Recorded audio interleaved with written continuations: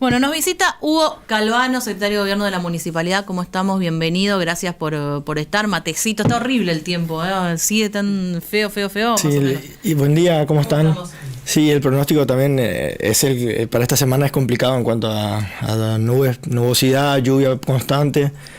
Recién justo hacíamos un repaso del parte de lo que tiene que ver con las lluvias, con la situación de la ciudad. En 4 días tenemos más de 170 milímetros acumulados, que al no haber sol, no hay vaporización, entonces está complicando el escurrimiento, ¿no? Vos por ahí ves que en alguna zona donde tenés vegetación, va absorbiendo naturalmente, porque la vegetación consume esa agua, pero donde no tenés vegetación y por ahí tenés tierra, tenés arena, otro tipo de suelo, y al no haber sol el agua empieza a quedar acumulada, así que estamos ahí también en algunas zonas con agua acumulada, pero con la ciudad funcionando, y obviamente atentos porque venimos de ayer con alerta amarilla, con protocolo activado, y bueno, en esa situación estamos. Las grandes lluvias deben ser uno de los desafíos. Bueno, toda la cuestión climática, ¿no? Porque decimos grandes lluvias, pero también cuando tenés, no sé, esas jornadas con esos temporales que en un rato pasa una ráfaga de viento que te vuela todo en una franja, pero deben ser los principales desafíos que enfrentan las ciudades hoy, ¿no? Sí, el 16, que fue el inicio de estos 4 días que te estaba diciendo, tuvimos 90 milímetros durante el día, y durante la madrugada fue la mayor intensidad. Bueno, y de ahí fue de menor a mayor 90, 50, 33, hoy estamos en 11 hasta ahora, no es mucho. Lo que pasa es que al no salir el sol, cuesta que que la tierra absorba, que el agua escurra. Pero no obstante eso, no hay zonas que estén inhabilitadas, inaccesibles, algunos lugares con este problema, pero bueno, trabajando en eso también. Después hay zonas donde todavía hay algún problema por terrenos bajos, por complicaciones de nivel de la zona de la ciudad, y que requieren una asistencia de maquinaria para poder hacer salir el agua hacia alguna zona donde ya esté funcionando un cordón cuneta, por ejemplo. Así que en eso estábamos, pero también intentando trabajar en estas circunstancias, ¿no? Sabes que cuando estás con tormenta, meter máquinas se complica por el suelo, pero bueno, estamos con los puntos concretamente detectados para trabajar ni bien se pueda. Desde el día 1 de esta gestión, el intendente Tassano dijo todo lo que le iba a pasar, digamos, a partir del tema del cambio climático y todo lo demás. Y me acuerdo haber cubierto una entrevista con él después que vino de una conferencia internacional donde se decía, bueno, esto es lo que está ocurriendo en el mundo y esto es lo que va a pasar en las grandes ciudades. ¿Cómo uno se prepara y cómo políticamente a uno le puede decir? Nosotros hemos repetido hasta el cansancio acá, ninguna ciudad en el mundo está preparada para soportar más de 40 milímetros de lluvia en una hora, ninguna en el mundo. Pero ¿cómo políticamente, si por decirlo de alguna manera, un funcionario municipal le puede decir al vecino, mirá, si llueve 40 milímetros nos vamos a inundar acá, en Nueva York, en Pekín, en Dubái, en donde sea? No, bueno, primero hay que obviamente decir la verdad, mostrar, los resultados están a la vista. Hoy en día tenés en el celular, vos ves, está de lo mejor en tu ciudad, con el sol, con impecable el clima, y mirás en internet o ves en las noticias y ves lo que está pasando en Nueva York, en Dubái, en París. Entonces te das cuenta que las catástrofes de este tipo ocurren en ciudades de todo tipo de escala. Lo que pasa es que hay ciudades que se preparan mejor para eso y hay ciudades que se recuperan mejor de eso. Le pasa a una ciudad que no está preparada, no tiene infraestructura para reponerse, y el daño es mayor en todo sentido, económico, social. Y después también que la ciudad, el vecino de la ciudad de Corrientes vio en estos últimos años, en estos 7 años y medio que llevamos, que había zonas que con 2 gotas se inundaban y que después el agua no se iba ni con sol, no se iba con nada, estaba ahí. Y ve que ahora con lluvias, tormentas regulares o normales, el agua escurre, la ciudad funciona. Entonces no es que es igual que antes, hay un progreso, y después hay situaciones que requieren otro trabajo que también están proyectadas y que se están haciendo. Y fundamentalmente esto, repito, que ven que con lluvias que antes decía, pero escuchá, no es una catástrofe, esto es una lluviecita normal. Pasaba calle Loreto, por ejemplo. Loreto con 2 gotas se nublaba y los vecinos nos reventaban fundamentada en el WhatsApp para decirnos, por favor, está nublado, mándenos el camión de Sofstructor, porque ellos sabían que no había otra forma. Estuvimos haciendo toda una canalización, un desagüe complementario, trabajar sobre el Pinar, que es el donde termina desagotando eso y que permanentemente está lleno de basura. Entonces, cuando se activa el protocolo, como te dije, que se activó el 15 a la tarde-noche, se empieza a limpiar todos esos lugares, primero que nada, desobstruir, ver que no estén tapados, lo primero, que no se te tapen las arterias, ¿no? Para que no te dé un infarto. Y lo segundo, bueno, depende de lo que llueva y la intensidad que llueva, veremos cómo respondemos más y mejor, pero fundamentalmente con trabajo preventivo. Cookie, es decir que los puntos críticos cambiaron, podríamos decir, porque, a ver, hay zonas de la ciudad en las cuales se han hecho intervenciones muy importantes, entre el asfalto, el cordón cuneta, el ripio, zonas en las que se ha avanzado en urbanización, trazado de calles. ¿Eso, digamos, cambió los puntos críticos de la ciudad? Sí, cambiaron en el sentido de que cuando hay una obra, por ejemplo, de un cordón cuneta, lo que hay antes que eso es una nivelación, un trabajo para que el agua tenga una caída hacia donde naturalmente va a seguir el escurrimiento y va a llegar al canal, a alguno de los canales donde terminamos desembocando, o al río, en el caso por ahí de toda una franja de la ciudad que desemboca, desagua en el río. Entonces, el vecino cuando ve un cordón cuneta, en realidad ya está la mayor parte del trabajo hecho para esa mejora de la infraestructura, porque después ya le falta el asfalto, pero ya tiene todo el trabajo de agua, cloaca, nivelación. El cordón cuneta, como suele decir el intendente, es una obra hídrica. Una obra que da nivel, que da escurrimiento. Entonces, ese es lo fundamental del cordón cuneta. Y después hay obras como zonas que antes eran totalmente críticas, como todos los barrios adyacentes a la Ruta 5, y que debajo de esa autovía, a los costados de esa autovía, en el marco de esa autovía Ruta 5, hay una gran obra hídrica. Como decía el gobernador, acá creo que, no quiero errarle, pero dijo como que estaba enterrado alrededor de un 40% de la obra, en valor, ¿no? En el costo, pero el cambio de calidad de vida, que antes teníamos una bomba que pasaba lado a lado para sacar el agua, y ahora tenemos una autovía que no solo mejora la circulación, la seguridad vial, el tránsito de todo el conurbano de Corrientes hacia San Luis del Palmar y hacia ese lado de la provincia, sino que también le mejoró la vida a los barrios adyacentes que tienen una obra hídrica de gran magnitud en el medio de ellos, digamos. Entonces, eso fue lo que fue cambiando. Lo mismo también en Ferrey, España. Era un punto crítico que con muy poca agua terminabas con los surtidores y la farmacia ahí bajo agua. Hoy hay una obra de un amortiguador bajo uno de los parterres, retarda el ingreso de mucho caudal de agua. Obviamente que si te llueve 40, 50 milímetros, como hablamos en intensidad por hora, y hablamos de la intensidad porque yo te dije hoy 170 en 4 días, pero si te caen 50 en media hora, se te tapó cualquier ciudad. Entonces también eso también hay que entenderlo. Ahora ese lugar aguanta lluvias normales, escurre, circula. Antes tenías un problema y así tenés muchos puntos críticos que los vecinos recuerdan y que ahora no tienen mal problema ahí.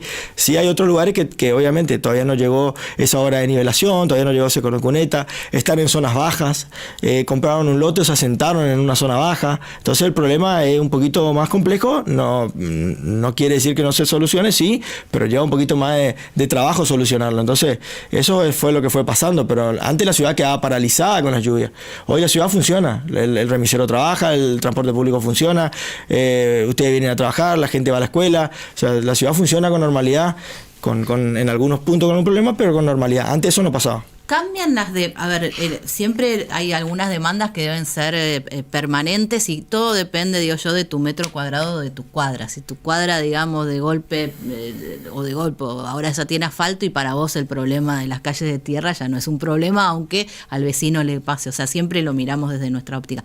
Pero hay algunas cuestiones más generales que al menos uno, por los mensajes y por el contacto con la gente, dejaron de estar al menos entre las principales demandas. Por ejemplo, iluminación. Yo creo que está a la vista cómo ha cambiado la iluminación de la ciudad y no deben ser muchos los lugares que quedan con poca iluminación. En esa lógica, ¿cuáles eran? Recién hablabas de los problemas en función de las inundaciones o lugares muy críticos que ahora soportan lo que es una lluvia. ¿Cuáles son esas demandas que creen atendieron razonablemente bien, ya casi finalizando una gestión? ¿Y cuáles a futuro, por lo que los vecinos piden, tendrían que estar en esa agenda de prioridades? Bueno, la iluminación siempre está en el top 3 de los reclamos, de los pedidos de los vecinos. La verdad que había un problema con la iluminación de la ciudad, y la iluminación va de la mano también de que el vecino se sienta más seguro en la calle, circulando a la noche, en una parada de colectivo. La verdad que el cambio de tecnología fundamentalmente fue un gran acierto que permitió, por un lado, por ahí esta parte quizá el vecino no es algo que la pondera mucho, porque no la ve tangible, ¿no? Que es el ahorro en consumo energético, cómo contribuimos en el marco del cambio climático a generar menos gases de efecto invernadero porque gastamos menos en energía, toda esa cuestión que tiene que ver con lo que uno tiene que hacer, aunque no esté en una encuesta, aunque no te lo estén reclamando, pero a la vez le dio más luminosidad a la ciudad. O sea, las luces LED prácticamente te hacen de día ciertas zonas que antes eran bocas de lobo. Y lo que hizo fue que la gente quiere esa luz. Entonces, zonas que tenían una iluminación correcta, funcionando de luz de sodio, pasaron a decirte queremos luz LED. O sea, tuvimos que no solo reemplazar la luminaria, también agregar más luminaria. Nosotros subimos con, cerca de 21.000 luminarias, hoy estamos cerca de 25.000. Hemos no solo cambiado el 85%, ya un poquito más capaz, de luminarias por LED, sino que hemos aumentado los puntos lumínicos de la ciudad. O sea, le hemos brindado más iluminación en toda la ciudad. De todas maneras, ya el hecho de intervenir... Todos los barrios de la ciudad tienen alguna zona con luminaria LED. Ya en esas que se intervinieron con el ripio o con el asfalto, se agregaron... Antes por ahí tenían las líneas que cruzaban con el farolito en el medio de la cuadra, y tal vez tenías 3 en cada esquina y una en el medio, como mucho. Y ahora debe tener 4 jirafas a lo largo de una cuadra. Por eso se aumentaron también las luminarias. Y hay zonas donde se fue urbanizando, que también los vecinos pidieron iluminación y se fue extendiendo. En eso todos los barrios de la ciudad tienen alguna zona con iluminación LED. En cada barrio, digo, ¿no? Por ahí va a decir, pero yo vivo en tal barrio y no tengo, no. En una zona, en alguna cuadra, 2, 3. Pero obviamente apuntamos a que el 100% de la ciudad lo tenga, porque realmente es algo que funcionó y que tiene muchas ventajas en general para la gestión. Después, otro de los reclamos que siempre está en el top 3 tiene que ver con la higiene de la ciudad, con la basura. Nosotros hemos dado batalla a cientos de basurales, hemos recuperado más de 300 basurales con una estrategia de participación ciudadana donde el vecino se involucra. Los santitos. Y trabajamos, algunos piden santitos, otros piden murales, otros piden un espacio de recreación, lo que ellos consideran que va a hacer que el espacio tenga vida y tenga respeto por parte de los que por ahí antes lo tiraban. Y después hay otros puntos críticos donde el problema quizás ya no es con los vecinos, que por ahí uno logra trabajar, revertir, y hoy por hoy todos también con el celular exponen al vecino irresponsable, sino que se vuelve un punto donde pasan y te tiran de otro lugar. El otro día lo decía en un programa, nosotros tenemos videos, filmaciones que los vecinos nos han facilitado para poder actuar, de camiones de empresas volcando residuos en lugares que creen que no tienen control, Ruta 99 y unión con Centenario, continuación de Centenario, y Verá, o sea, ciertos lugares donde históricamente creen que se puede tirar basura. Y nosotros esto lo hemos trabajado no solo con las sanciones, sino también creando puntos de centro de recepción de residuos secos, de traslado, le decimos. Hay uno en el barrio Quintana y tenemos proyectado 3 más en distintas zonas de la ciudad para que el vecino que tiene por ahí cacharros y no es día, no es semana descacharrado en su barrio, o hace una mudanza o quiere deshacerse de ciertos elementos que no van en la bolsita que sacamos en la vereda, puedan llevarlos hasta ahí.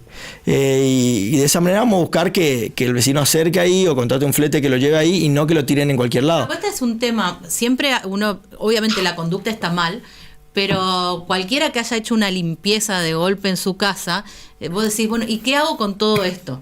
O sea, ¿a dónde lo puedo ir a tirar yo, digamos? Porque es cierto, no son cosas que las podés dejar con la basura, porque el camión no las va a llevar. Entonces están pensando en lugares específicos para ir a llevar esa basura que no es la domiciliaria. Tenemos en Cuba y Dumas uno, el primero que la tiene varios años ahí. Sí, ese es el primero que tenemos, y tenemos proyectado 3 más en distintas zonas para que, pues la ciudad es muy extensa, ¿no? Sí.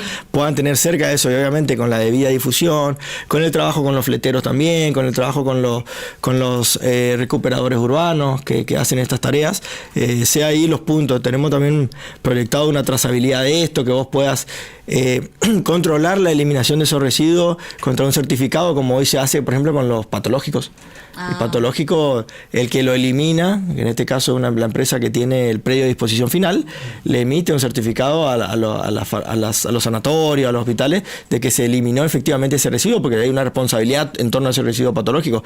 Queremos trabajar en algo en torno a eso también, con los grandes generadores, con distintos tipos de residuos que hoy por hoy el vecino quizás, como dijiste, bueno, sabe qué hacer y contrata a alguien que se lo lleve, y ese alguien que se lo lleva busca dónde tirarlo, ¿no?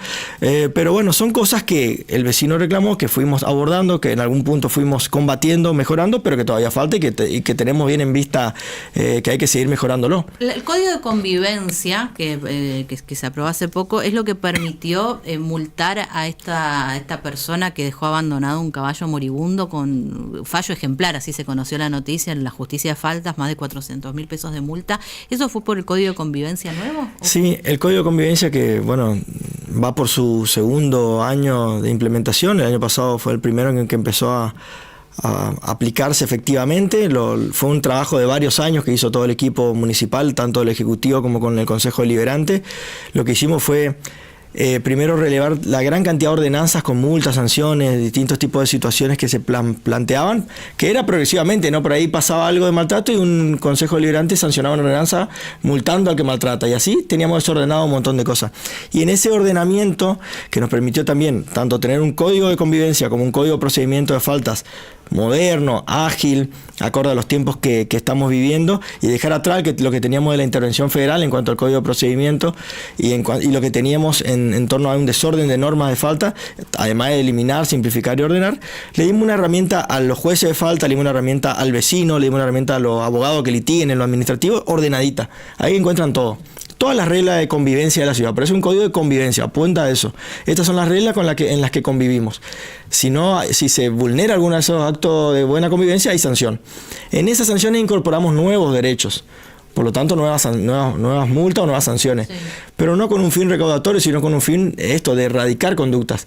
Antes de este código, nosotros, a alguien que maltrataba a un animal, como pasó con la mona en el barrio Montaña, de ese vecino que con una onda le rompió la mandíbula, o de este caballo que se desplomó, o de animales que dejan atados a la intemperie, sin comida, sin bebida, pájaros que tienen hacinados en jaula y que no están en condiciones, todo caso que han pasado y que han denunciado a los vecinos, te estoy nombrando.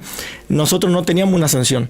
Simplemente había que ir a la ley de maltrato animal, denunciar y esperar que el procedimiento en fiscalía, en la justicia, tenga una solución. En el medio el tipo te pedía su animal y vos tenías que dárselo, devolvérselo. Claro, era todo. Entonces con esto lo primero que logramos fue que ese animal ya no vuelva a las manos del maltratador. Lo primero. Lo segundo, la sanción económica. Que obviamente algunos me dicen, pero pagará, no pagará. Y mirá, también te puedo decir si paga o no paga alguien que estaciona mal o alguien que pasa un semáforo en rojo. Y bueno, mecanismo de cobro el municipio tiene, va por un inmueble, va por un vehículo, eso no desaparece, no se borra. Entonces también está, pero sobre todo lo que también buscamos es que la gente con estos fallos conozca que además de que hay una ley que la cual van a tener que responder penalmente, también hay sanciones en la vida en la ciudad.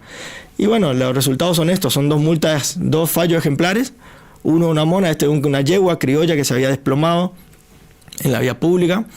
Los vecinos habían llamado al 147, acudimos con la policía, pudimos recuperar a la yegua, cuidarla, curarla, liberarla posteriormente en los campos que trabajan en convenio con nuestro plan de reconversión también, y ese animal no volvió a las manos de maltratadora, además que se le iniciaron acciones. ¿Salvó el animal? Sí, se logró salvar la yegua, por suerte, y al constatar el estado de la yegua, estaba, además de estar con lesiones, obviamente, malnutrida, por eso no podía soportar esa carga. Entonces, también fundamentalmente esto se logró porque hay una norma moderna que permite sancionar, pero porque hay vecinos que se involucraron.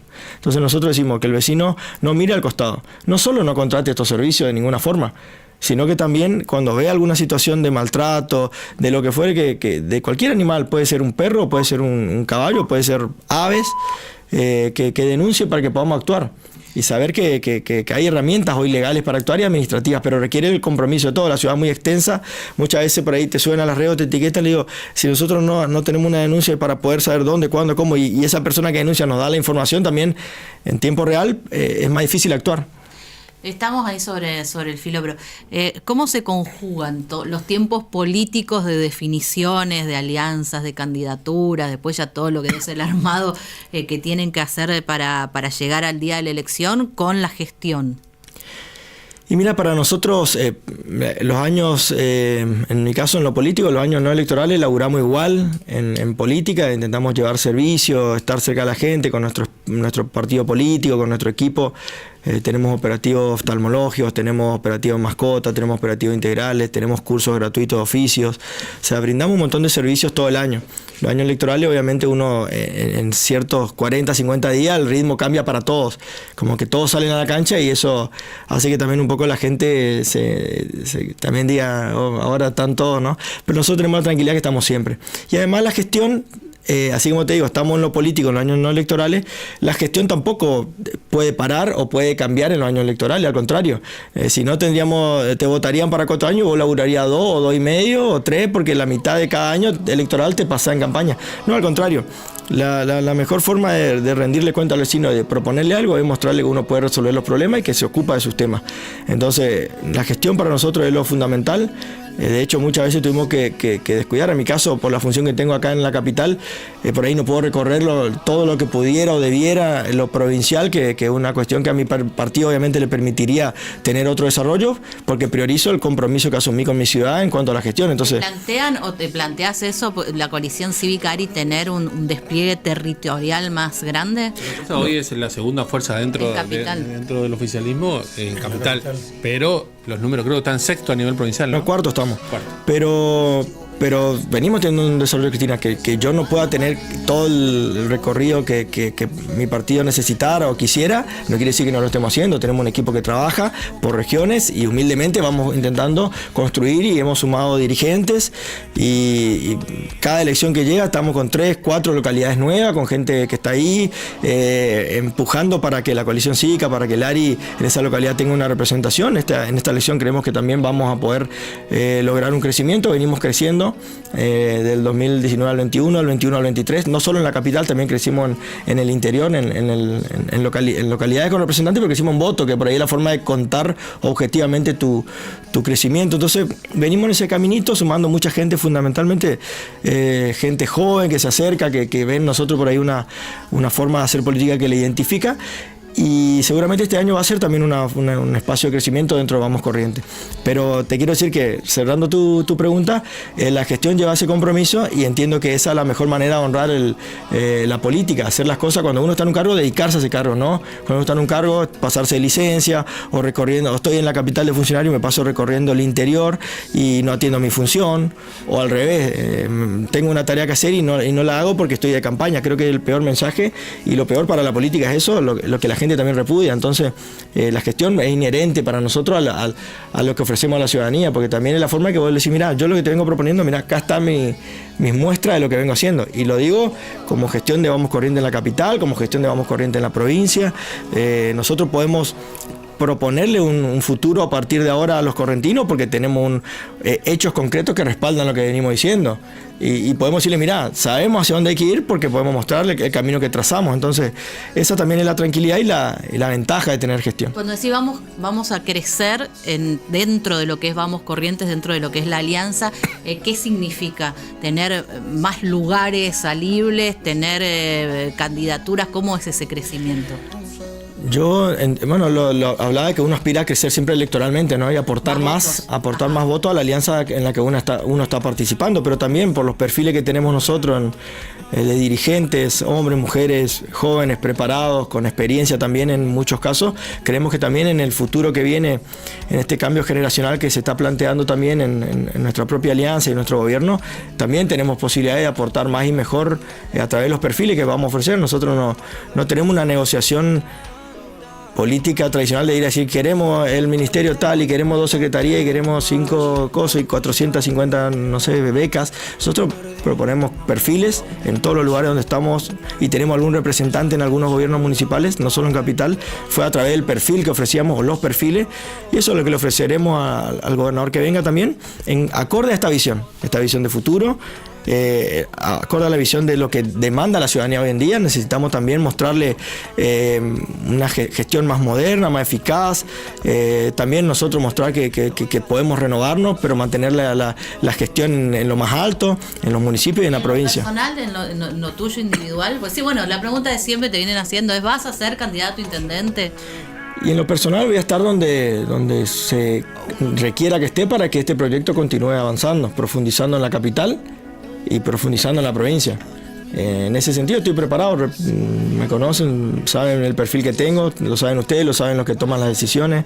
Tengo experiencia legislativa, ejecutiva. ¿Pero hubo alguna charla más, digamos, definitoria en este sentido? Decir, bueno, pero vos qué crees, qué te gustaría hacer o dónde está, mirá, estoy pensando que podría sumar para este lado. No, uno en las charlas expresa todo lo que uno cree, lo que uno ve, pero después la decisión está en torno a un mapa más grande, ¿no? Yo miro el mapa que veo, yo miro los árboles que alcanzo a ver, no te voy a decir un árbol, 4 o 5 capaz, pero hay otro que está viendo un bosque, entonces uno con ese respeto de entender que hay distintas miradas y distintas responsabilidades, plantea, aporta e intenta darle los elementos a los que deciden para que tomen la mejor decisión en todos los niveles. Lo que sí estoy tranquilo que en nuestro equipo hay personas valiosas que hay un reconocimiento al trabajo que venimos haciendo, a la forma de trabajar que tenemos también y que es parte del futuro. O sea, nosotros somos parte de ese futuro y nos ven en ese futuro. Entonces, tenemos esa tranquilidad y bueno, cuando se tomen las definiciones, trabajaremos donde estamos. Ayer me decía un colega de ustedes pero vos hablás de la ciudad y te apasionás, y sí, pasa que yo a esta ciudad vivo, la camino, la ando, me preocupan las cosas que todavía faltan, busco la solución y la voy a buscar hasta el 10 de diciembre, si me toca estar en este cargo, pase lo que pase, esté en el lugar que esté, y después la seguiré buscando en el lugar que tenga y aportaré desde el lugar que pueda, porque en esta ciudad no solo vivo, sino que la disfruto, camino y comparto con mis vecinos y quiero que estemos mejor, entonces voy a seguir aportando ahí y en el lugar que a la Alianza le sirva vamos a estar también. Gracias por venir, Calvano. Baila chamamé en esta ciudad también. Sí. Partidariamente, porque me falta un poquito de zapateo, pero simplemente partidariamente el tema de Ari del partido se tiene que reunir para expresar, digamos, la adhesión a... Sí, nosotros tenemos este jueves nuestro congreso partidario, ya está convocado hace un tiempo atrás ya con los plazos formales, con las publicaciones, así que este jueves en mediodía vamos a estar ratificando la pertenencia a Vamos Corriente y de esa manera también ya formalmente habilitados a firmar la alianza cuando se conforme, como vienen haciendo los otros partidos que comparten esta alianza. Y bueno, esto obviamente que ya lo habíamos dicho públicamente porque uno charla, conoce y ya hay un acuerdo en esto, falta la formalización, pero nosotros estamos y vamos a seguir en Vamos Corriente. Gracias por venir. Gracias a ustedes. Antes que Rolando nos decapite a todos. Eso, acá, importante, ya venimos. LT7 AM900. ¿Sabías que la quiniela correntina